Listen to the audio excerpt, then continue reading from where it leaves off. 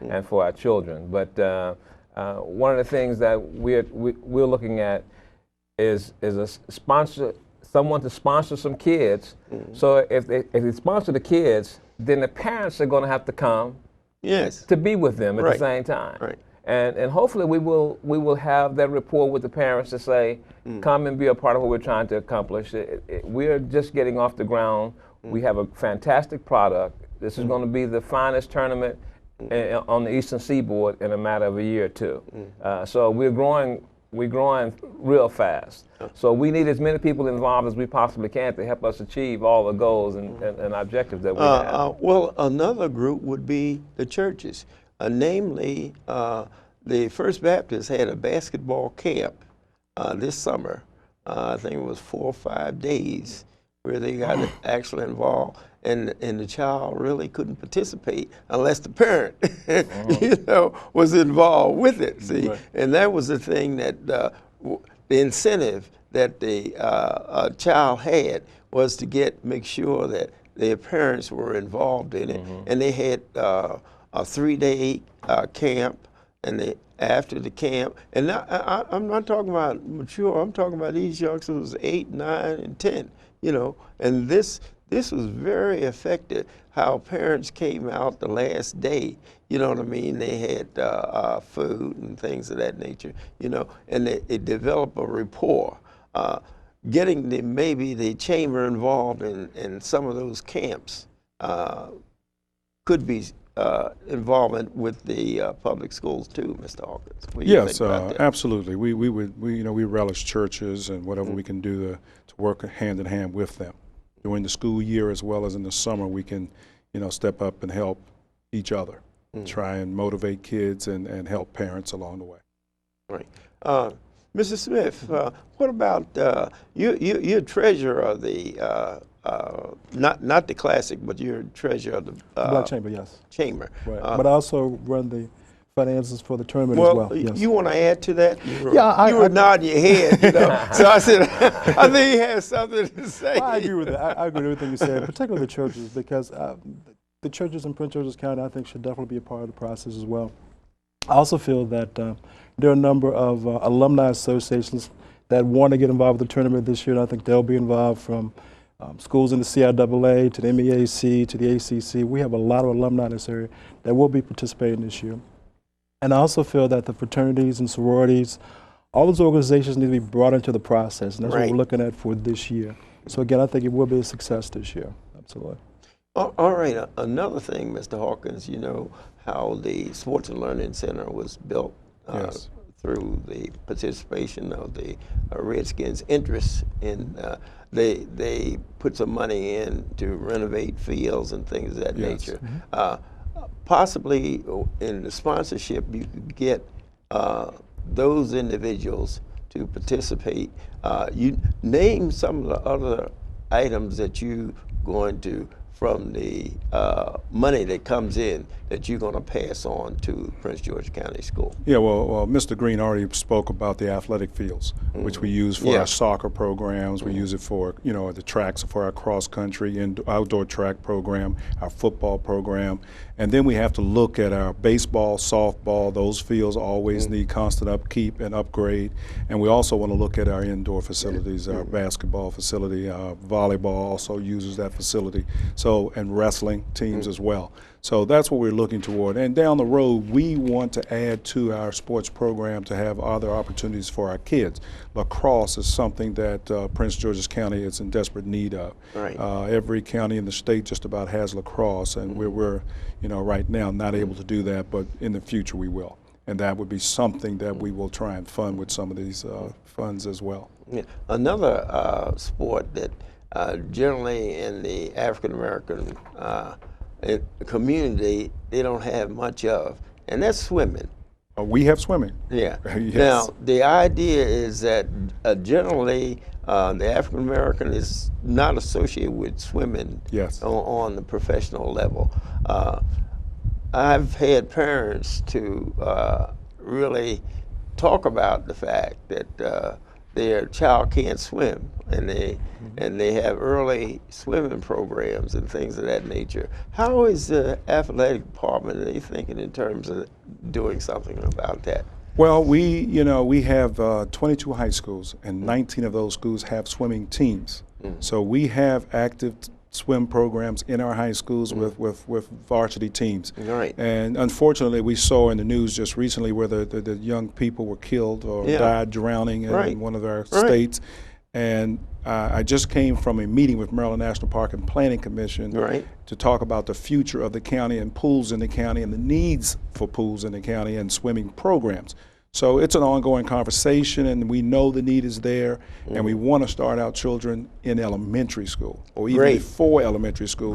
You know, when they're early, the toddlers. better. Right. When And they're they babies have the moms programs where the parents, they make sure the parents don't get involved when a youngster is learning how to swim. Right. You know, they have the program set where you drop, that's a place where you drop them off and then you can take off because they don't want you there because parents are not helpful in a situation like that, you know. But I think in the athletic program, the swimming, the emphasis should be placed on that because quite a few youngsters, African American, can't swim. That's true. You know what I mean? And really, I think that's something, we dwell on other sports, but that's one is life-saving that possibly you could, as director of athletics, pass on to the community and really emphasize to the community how important it is to be involved in that. Yes, and with the, Prince George's County Community College has a pool. The Sports and Learning Complex has a pool. There's Fairland. Olympic-sized pool. The very Sports good and facilities. We Learning have good centers facilities in the county. Right. So there are opportunities for parents to get involved and learn to swim themselves as well as get their children into the water. That's very important because we have spots on our varsity teams for swimmers. And right now we have more girls who swim than boys. Is that right? Swimming is More a girls, female-dominated sport right now for Usually, us. women, female, they worry about getting their hair wet. That's true. I don't want to get my hair wet, I'll walk around in it, and I put my head in it. But anyway, it's a great idea with this hoops, but stimulating youngsters into athletics. Because athletics is so important in our everyday life. People don't realize, how important exercise is. You get involved in the exercise. And the other thing is, how do you get involved with diet? How do you get students and athletes to think about the diet is an important part of training? Well, you can't perform at your best if you have an improper diet. Right. I don't believe you can, and I think all of our coaches stress to their athletes, the importance of eating correctly and not eating a lot of junk food and watching what they eat and being in condition before they show up for the first day of practice. So I think we're getting more and more in tune to, making sure that the whole athlete is ready to perform, not just the sending them out there and learning plays, but making sure they're putting the right things into their body and making sure they understand. Because I noticed in one of the basketball camps at First Baptist Church in Glen Arden, I thought I came over, just see what was it all about. And one participant said, "When are we going to play basketball?" And the problem, the youngsters thought as soon as they got there, they were going to be drilling. And boy, they went through exercise program. They talk about the Redskins failing, the big tackle, Hainsworth, failing it. They had these youngsters running, jumping, doing push-ups, sit-ups. I think in the 3 days, they didn't touch a ball in 2 days. The idea at first was to teach them conditioning. Yes. They got to be in condition first before they can play anything. Yeah, absolutely right. And basically, I think passing that on to a youngster is very important. Is that you got to be in shape. And this is in your hoop classic. If a joker's not in shape, he's not going to make it. Now, tell me about the awards. What type of award? You have the Best Athlete Award or something. Tell us about what is the reward if you participate in your classic? Well, number one, there's one winner, so that team will get a team trophy, and then we'll have a second place team trophy and a third place, and that's what we gave in last year's tournament. And then we have an all-tournament team where we picked like 8 players that would be on the all-tournament team. We did not pick an MVP. That's just me. Well, what about getting the colleges or sponsors involved in offering scholarships of some kind? Well, that's not something we can really do. I mean, most of those players that are in the games, a lot of them will be already recruited. And with the NCAA rules, basically all we can do is provide the tournament and the times of the games, let them know, and then they can come. So this is a sanctioned tournament by the state. By and the then once state. the state sanctions it and the National Federation of High Schools sanctions the tournament, then the NCAA coaches can come out. So that's we take care of all of that. Matter of fact, Maynard took care of that in the Black Chamber. So that was done. So now coaches can come out and watch the kids. So it's another opportunity for them to be seen. So that's great. Yes, so anyone participating, you're involved with the NCAA. Yes, as far as rules and regulations are concerned. Yes, absolutely. And well, does that have anything to do with the academics? Well, that's the clearinghouse that they have to, go through, and each student has to apply for that at their school, and that's online. And then once they follow the instructions on the clearinghouse, take the SAT and make sure everything is turned in. Oh, they have to take the SAT. Oh, they will have to do that before they go to college. That's a requirement. Yes, before they can go to college. Okay. All right. Yes. All right. See, they have to understand that, Yes, and that's one thing we plan on having, seminars that go over the NCAA rules in terms of what they need to do to go to college, to get a scholarship or grant and aid.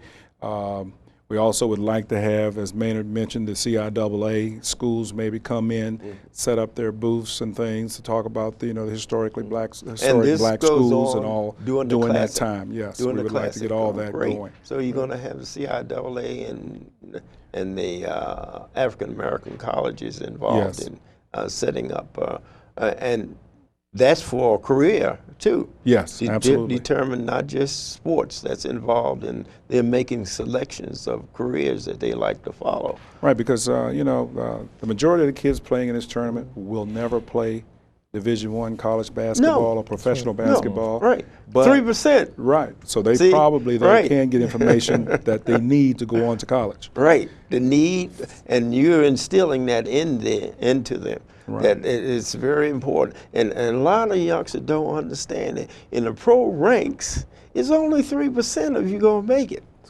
That are playing. People the youngsters don't understand. They see these big salaries and everything, But anyway, I want to thank you all for being here, and you coming back a couple times because this tournament is in December. Give us a breakdown on it there, Pete. It's going to be December 28th, 29th, and 30th at Dr. Wise High School in Upper Marlboro, Maryland. We got 5,000 seats. We're asking everybody in the community to come out and support our children, not only Prince Georgians, but kids that we're bringing from around the nation. And the Chamber is asking all of its businesses to support the event by becoming a sponsor. Okay. So if you're out there and you're in business, and we ask you to sponsor some of our children to come to these games during that time. Okay, thank you very much. I'd like to thank all of you with the program here, and I'm sure it's going to be successful with Mr. Hawkins and Mr. Smith and Peter Green. Peter Green's in everything around here to make Prince George's #1. See you next time.